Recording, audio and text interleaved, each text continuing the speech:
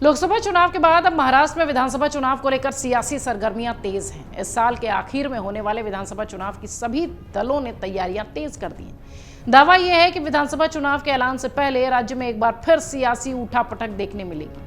ऐसा इसलिए भी कहा जा रहा है क्योंकि सत्ताधारी महायुति यानी एनडीए और विपक्षी महाविकास अघाड़ी यानी इंडी गठबंधनों में लगातार दरार दिख रही है। कहा जा रहा है कि लोकसभा चुनाव के बाद से दोनों गठबंधनों में टूट की अटकलें तेज हैं। ऐसे में बीजेपी ने भी नए सिरे से तैयारियां शुरू कर दी है, क्योंकि महाराष्ट्र में लोकसभा चुनाव में झटके के बाद बीजेपी विधानसभा चुनाव में कोई गलती करना नहीं चाहती। कुछ मीडिया रिपोर्ट्स में यह दावा है कि पार्टी ने सत्तारूढ़ महायुति गठबंधन में अपने सहयोगियों के साथ विधानसभा चुनावों के लिए सीट बंटवारे पर चर्चा करने से पहले अपने घर को व्यवस्थित करना, मतभेदों को दूर करना, आंतरिक कलह से निपटने का फैसला किया।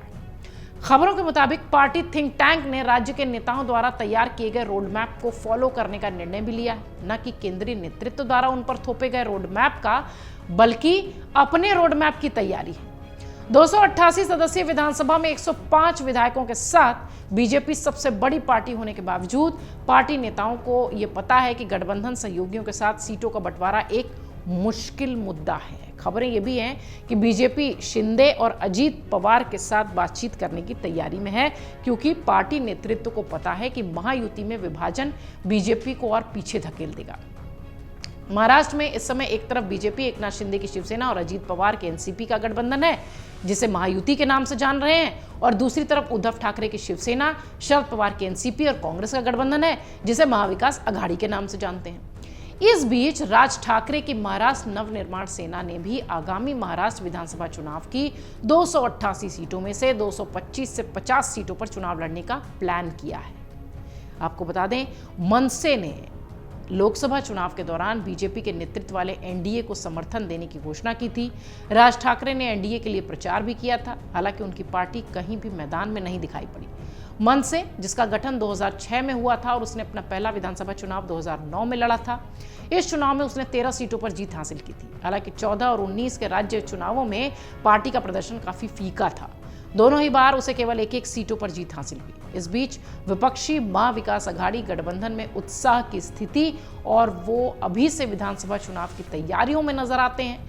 विपक्षी गठबंधन से जुड़े सूत्रों का कहना है कि लोकसभा में इंडी गठबंधन द्वारा इस्तेमाल किया गया पैटर्न राज्य में दोहराया जाएगा।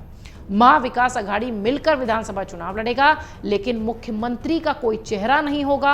मुख्यमंत्री पद को लेकर फैसला चुनाव नतीजों के बाद होगा, यानी ये वाला फॉर्मूला जो कि अभी लोकसभा चुनाव में इंडी गठबंधन के लोग चर्चा कर रहे थे, इसी गठबंधन के इसी फॉर्मूले पर लोकसभा चुनाव में काम हुआ है। अब महाराष्ट्र में सीएम फेस को लेकर यही रणनीति अपनाने की तैयारी है। महाविकास अघाड़ी के तीनों प्रमुख दल अगले सप्ताह बैठक भी करने वाले हैं। सीट बंटवारों पर चर्चा भी होगी। चर्चा कुछ ऐसी भी है कि गठबंधन में शामिल तीनों प्रमुख दल उद्धव, कांग्रेस और शरद पवार के एनसीपी 90-96 सीटों पर तो चुनाव लड़ेंगे ही। इसके बाद सीएम का चेहरा यदि चुनाव में जीत मिलती है तो तब तय होगा। जिसका जैसा नंबर होगा उस हिसाब से इस पर चर्चा की जाएगी। जिसका जितना ज्यादा सदस्य होगा उस हिसाब से इस पर चर्चा होगी। तीनों दल मिलकर महाराष्ट्र में उद्धव ठाकरे के नेतृत्व में सरकार चला चुके हैं। ऐसे में चुनाव बाद यदि उद्धव ठाकरे को ही फिर से मौका मिल जाएगा तो इसमें कोई हैरानी की बात नहीं होगी, अगर उनका नंबर मजबूत रहा तो। आपको बता दें, लोकसभा चुनाव में महायुति ने 48 में से 17, महाविकास अघाड़ी ने 30 सीटों पर जीत हासिल की थी। वहीं महाविकास अघाड़ी ने लोकसभा चुनाव में 30 सीटें जीती थी और कांग्रेस ने सबसे ज्यादा 13 सीटें जीती हैं। उद्धव की शिवसेना ने 9 और शरद पवार की पार्टी ने 10 सीटों पर चुनाव लड़ा था और 8 सीटें जीती थी। अब मुख्यमंत्री के फॉर्मूले पर अगर इस तरह से चर्चा होती दिखाई पड़ रही है महाविकास अघाड़ी में, तो महायुति में भी ये प्रेशर बढ़ जाएगा कि यहां पर किस तरह से सीटों का बंटवारा होगा, कैसी चर्चा होगी और क्या मुख्यमंत्री के चेहरे को लेकर यहां सहमति बन पाएगी, क्या सीटों के बंटवारे को लेकर यहां सहमति बन पाएगी। अगर देखें तो आने वाले वक्त में महाराष्ट्र में चुनाव है और महायुति और महाविकास अघाड़ी दोनों ही खेमों में जमकर सियासत चरम पर है और सीट बंटवारा दोनों ही खेमों में इतना आसान नहीं लगता है। अगर आप ये वीडियो YouTube पर देख रहे हैं तो हमारे चैनल को सब्सक्राइब करें और बेल आइकन को दबाना ना भूलें। अगर आप Facebook पर ये वीडियो देख रहे हैं तो हमारे पेज को लाइक करें।